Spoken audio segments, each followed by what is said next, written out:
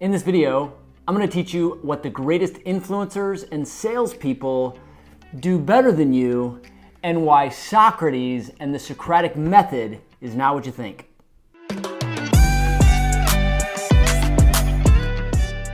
I'm Dr. Dan. I'm a neurostrategist. I am passionate about the brain. I'm inspired by God, and I want to bring some clarity to a lot of confusing things when it comes to building business success and personal growth.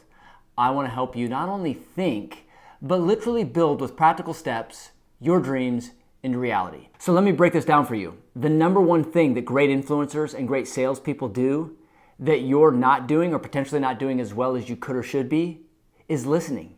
Point blank, it's listening. I'll say it again. It's listening. Listening. Now, I'm not getting this wrong when I'm pointing to my eyes, because my question for you is, when I ask you what primary organ do you think of most when it comes to listening? Most people would say the ears. I would have said that too 5 years ago until I started to study communication. And when you start to realize that the majority of communication occurs from body language, you start to influence like you've never influenced before, because your awareness of how to truly impact people changes when you change this one thing. So I've talked about this before, and I'll say it again over and over and over again. 93% of your communication is nonverbal. It has been proven through science and research that 93% of communication is not from your words. Only 7% comes from your words. So when you're communicating with somebody or they're communicating to you, you have to recognize that 93% is not words. So your ears will help you hear tone, words, and inflections, but your eyes help you see and experience what their body language is telling you. This is so critical, especially in a Zoom online era, that it's important to have those video cams on. You're doing an interview, you're doing a sales pitch, you're interacting with another human. If you can see them, you get so much more information than if you can't. So it reminds me of a story that maybe some of you can relate with. I ran into a hater of mine. They hate us because they ain't us. At one point, he didn't know I was at an event speaking, and he had put some things online that were not very nice. And I don't mind it because, it doesn't hurt me. I'm a big boy. But the feedback he was giving, he was really engaging with a lot of my followers, and people were jumping on board and interacting with him. And it was one of those things where online, somebody could be a keyboard cowboy, right? They can say a lot of things online in a comment or a post, but when you see them, there's something that they can't hide from. And it finds out that, online gives people muscles that they don't have. And this is where body language helps, because when I ran into him and I was just open for a discussion, I could just tell this little kind of meek and, meager personality, because his body language said more than I needed to say. And I'm like, I feel like I'm picking on him if I come after him. And so body language says so much. In fact, 55% of communication is body language. Therefore, if you're going to influence somebody, you got to listen to them. If you're going to listen to them, you need to be able to see them. It's going to tell you so much more information. So some of you have been taught and or used the Socratic Method, which is the ability to ask questions and get a response. Now, on the surface, that sounds good, but the problem with the Socratic Method is it was taught to coerce somebody and to get them to see a viewpoint in a very manipulative way. And if you actually look at the words that are synonymous with questions, it will kind of blow your mind. Words synonymous with questions are debate, conflict, controversy, doubt, argument, challenge. When you hear those words, do they sound like words that will help you influence somebody or build trust with somebody or sell to somebody in a good, ethical, moral way, right? To me, it is clear. Questions can be helpful, but questions are not the key. Listening is the key. Listening is not part of questioning. Questioning is a part of listening. I'll say it again. Listening is not a part of questioning.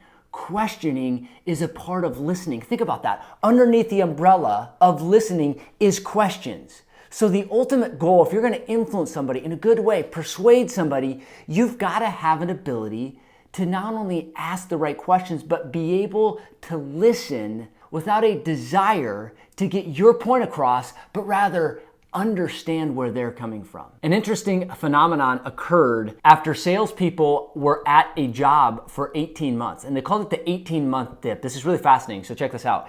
That salespeople who worked at this sales job for 18 months saw a major dip or decline in their sales. And so researchers studied this and they wanted to see what was going on. Why are they having a dip after 18 months? And it turns out that 18 months was the time period to where they became very comfortable and confident with what they were selling. Researchers described this as a premature elaboration, where these salespeople would go into a sales conversation and they would just be waiting for that prospect to be quiet long enough so that they could say what they had to say. So instead of actually listening and hearing what they need and hearing why they were in the position they were in and what their pain points were and the struggles and the challenges and really authentically trying to understand, they were just waiting for that prospect to stop talking so that they could then pitch their thing. Because now they were familiar with their thing enough to where they wanted to just get their point across instead of actually listening. Are you following me? This is such a huge thing. It's called the 18-month dip. And so you may be, if you're in sales or you're an influencer trying to just get your point across and build trust, if you've got so much confidence and comfort in your thing and you lose the ability to truly listen to them, you're killing your influence. You're killing your sales. And this is what separates the good from the great. The great seek to understand first. They have no memory or desire. See, great salespeople have no memory, right? Meaning they're not trying to figure out what was in the past or what's in the future. They're present with them and they don't have a desire other than understanding where they're coming from. We have this understanding, this very authentic curiosity about where they're at, and this empathy, right? What we call this empathetic listening, it changes the game. So what I want to cover here is what is empathetic listening and how can you implement it? Because one thing is to know the Socratic Method falls short. Another thing is to know that we need to listen with our eyes, but how do we truly put this into place so you can become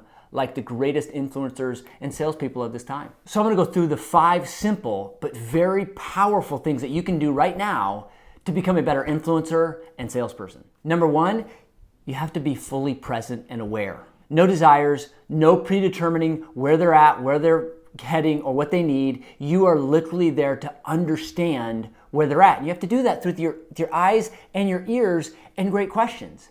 But having an authentic curiosity, like a first date. If you were to go on a first date and this date has the potential to go somewhere, you want to know more about this person. You will ask questions, not just to hear yourself talking or to get your point across, but to hear from them. Is this person for me? I need to know about their family, their history, what they want, what their desires, what they like, what their hobbies are, so to see if we align. It's so similar. Be present, be aware, be there with them. Number 2 is your eyes. You have to listen with your eyes. Body language is 55% of communication. So you want to see what their gestures are. You want to see what their facial features are, and you want to see what their body language is telling you. This is fascinating. Research shows that our fastest and most evolved cognitive transmission is mind to body, not mind to mouth. What that means is the fastest way we communicate is when something goes from our mind to our body, and that is expressive versus our mind to our mouth. So your greatest asset to actually listen to somebody is to actually see them. Remember, David Augsburger said it so well that being heard is so close to feeling loved that for the average person, they can't tell the difference. People buy when they like you and they feel liked. They feel trust, they feel cared for. The greatest way you can do that is make them feel heard. It makes them feel loved. The greatest way you can make them feel heard is by viewing their body language. The third thing you want to do is give them evidence that you're listening. One of the key ways to do that is to make restatements. So they say something, you say, let me make sure I've got this right.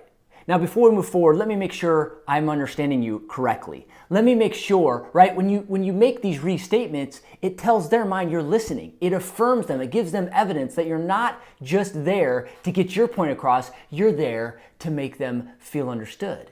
And so making restatements will change the game for you. Number 4, use their favorite word in all human language, their name. Use their name authentically and as often as you can, but make it genuine. And number 5 is to use your eyes. I'm going to say it again. I already used it for number 2, but it's that good.